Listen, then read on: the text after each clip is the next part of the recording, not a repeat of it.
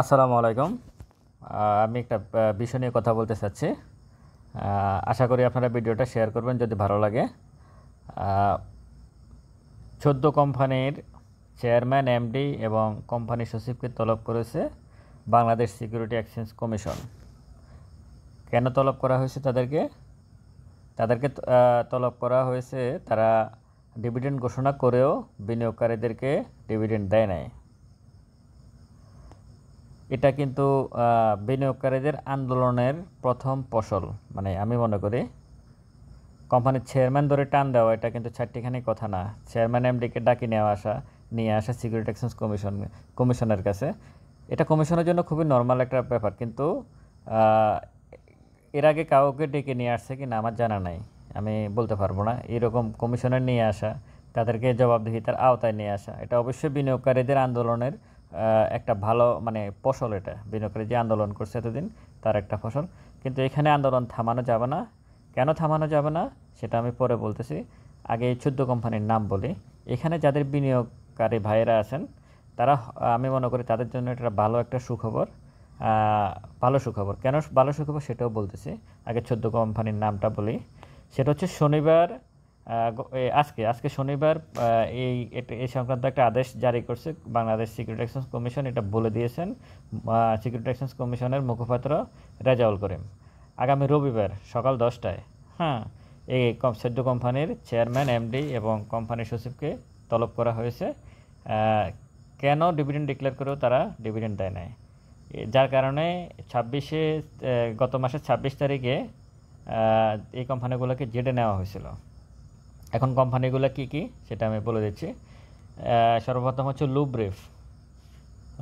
এখানে আপনাদের বিনিয়োগকারী ভাইরা আছেন কিনা, কারা কারা আছেন আপনারা অবশ্যই জেনে নেবেন। Lubref, SK trims, shepherd industries, PFS thread, person shoes,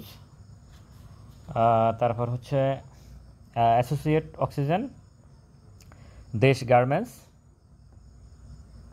Indo Bangla pharmaceuticals, beach hatchery, advent pharma, তারপরে হচ্ছে Khulna power, libra infusions, pacific denims এবং ইউনিয়ন ইন্স্যুরেন্স। এই 14 কোম্পানির চেয়ারম্যান, এমডি এবং কোম্পানি সচিবকে আগামী রবিবার সকাল 10টায় বাংলাদেশ সিকিউরিটি এক্সচেঞ্জ কমিশনে তলব করা হয়েছে। 14 কোম্পানির নাম আমি আবারও বলছি। তারপর আন্দোলনকারী ভাইদের জন্য একটা কথা বলবো, আপনারা অবশ্যই ভিডিওটা শেয়ার করবেন। কারণ আন্দোলনকারী ভাইদের কাছে বিষয়টা যাওয়া দরকার। তারা হয়তো তখন সিদ্ধান্ত নিতে, এটা হচ্ছে একটা ডাকছে, এটা ভালো। কিন্তু এটা হচ্ছে সাময়িক বিনিয়োগকারী আন্দোলনকারী ভাই আছে তাদেরকে উত্তেজনাকে বা তাদের যে ইয়েটাকে দমিয়ে দেওয়ার জন্য, যে আমরা তো তোমাদের জন্য কাজ করতেছি, এত ছোটো কাজ হবে না, আরও কাজ করতে হবে। কী কাজ করতে হবে সেটা বলতেছি। যাই হোক, এই 14টা কোম্পানি হলো আপনার, আবারও বলতেছি আমি নামগুলা: Lubref, SK trims, shepherd industries, BFS thread, person shoes, associate oxygen, Desh garments, Indo Bangla pharmaceuticals, beach hatchery, advent pharma, Khulna power, libra infusions, pacific denims এবং ইউনিয়ন ইন্স্যুরেন্স। আচ্ছা, এই কোম্পানি তা তলব করেছে। এখন আন্দোলনকারী ভাইরা কী করবেন? এখানে কি দমে যাবেন যে না আমাদের জন্য কাজ করতেছে? এটা হচ্ছে আপনাদেরকে একটা মূলে ঝুলিয়ে রাখা। আপনারা আন্দোলন করতে হবে। চেয়ারম্যানের পদত্যাগ হওয়া না হওয়ার বিষয় না, বিষয়টা হচ্ছে এখানে উনি পদত্যাগ করলে অন্য কেউ আসবে।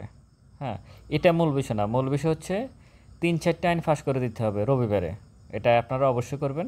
1 নাম্বার হচ্ছে বাইব্যাক আইন, 2 নাম্বার হচ্ছে 30% শেয়ার ধারণ করতে হবে পরিচালকদেরকে, আর 3 নাম্বার হচ্ছে আপনাদের এই ইনকামের 60-70% সাধারণ বিনিয়োগকারীদেরকে ক্যাশ ডিভিডেন্ড দিতে হবে।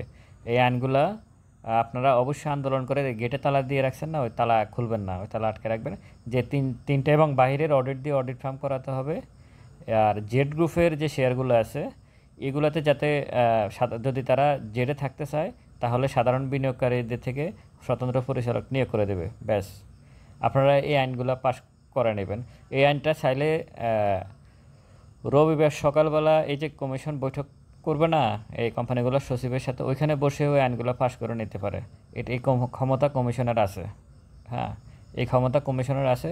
তারা রবিবারে যদি আইন পাস করে দেয়, এই যে কয়েকটা আইনের কথা বললাম, বাইব্যাক আইন 30% এবং ডিভিডেন্ড 70%, 60-70% দিতে হবে ক্যাশ ডিভিডেন্ড, তখন দেখবেন এই শুধু আইনটা পাস করে দেওয়ার সাথে সাথে মঙ্গল, বুধ, বৃহস্পতিতে আপনার শেয়ারের দাম 30% বেড়ে গেছে।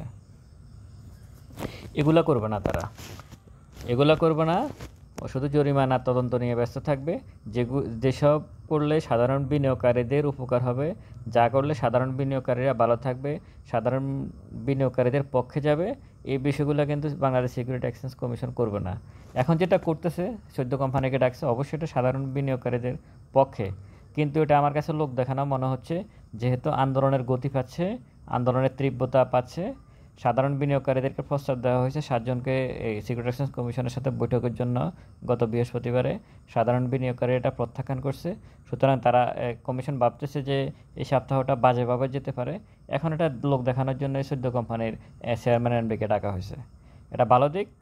অবশ্যই তাদেরকে এটাও বলা হয়েছে খবরে যে যদি তাদেরকে জানতে চাওয়া হবে, যদি কমিশন কি বলে ডিভিডেন্ড দেয় না কেন ডিক্লেয়ার করার পরেও, এরপর কত দিনের ভিতর তারা ডিভিডেন্ড দিবে না এই বিষয় না, কত দিনের ভিতর ডিভিডেন্ড দিবে এটাও জানতে চাওয়া হবে, কত দিনের ভিতর তারা ডিভিডেন্ড দিবে, এবং না দিলে তাদের বিরুদ্ধে সিকিউরিটিজ আইন অনুযায়ী ব্যবস্থা নেবে কমিশন।